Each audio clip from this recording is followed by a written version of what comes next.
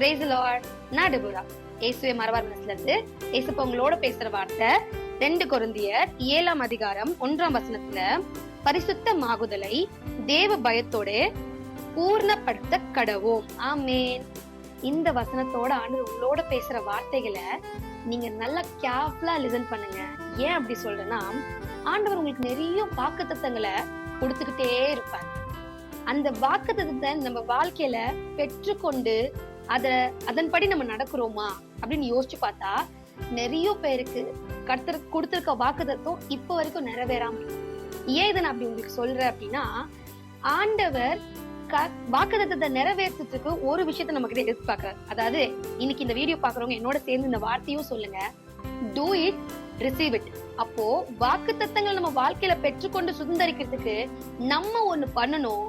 அப்ப பண்ணிட்டோம்னா கர்த்தர் நமக்கு கொடுத்த வாக்குத்தத்தெல்லாம் டிக்கு டிக்கு டிக்கு டிக்குன்னு போட்டு நிறைவேற்றி வருவார். சோ இதுக்கு ஒரு எக்ஸாம்பிள் சொல்லி நம்ம ஜெபிக்க ஆரம்பிக்கலாம். என்ன அப்படின்னா, இந்த 2 ராஜாக்கள்ல 3ஆம் அதிகாரம் 17ஆம் வசனம் ஒரு வசனம் சொல்லப்படும். நீ காற்றையும் காண மாட்டா, மழையும் காண மாட்டாய், பள்ளத்தாக்கு தண்ணீரால் நிரப்பப்படும்ன்ற ஒரு வசனம் எனக்கு ரொம்ப ஃபேவரட்டான வசனம். ஆனா அந்த வசனத்தை கொஞ்ச நாளைக்கு முன்னாடி எப்படி புரிஞ்சுக்கினேன் அப்படின்னா, அந்த வாக்குத்தத்தம் உன் வாழ்க்கையில நிறைவேறணும் அப்படின்னா அதுக்கு மேல ஒரு வசனம் போட்டிருக்கு, நீ வாய்க்கால வெட்டு, மழை வருதா காத்தடிக்குதா அதெல்லாம் பார்த்துட்டு வெட்டாத, நான் சொல்றத நீ செய். அப்படி செஞ்சுட்டனா இதெல்லாம் நான் உனக்கு பண்ணுவேன் அப்படின்னு சொல்லுவாங்க.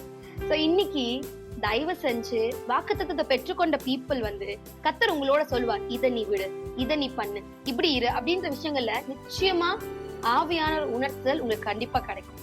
இந்த ஜெபத்தின் மூலமா தேவனுடையதை சுதந்திரிக்க சுத்திகரிப்பு அவசியம். சோ இந்த வார்த்தையை வச்சு நீங்க ஜெபம் பண்ணுங்க, கர்த்தர் நிச்சயமா உங்களை சுத்திகரிப்பார், வாக்குத்தத்தத்தை பெற்றுக்கொள்ள வைப்பார். ஜெபிக்கலாம்.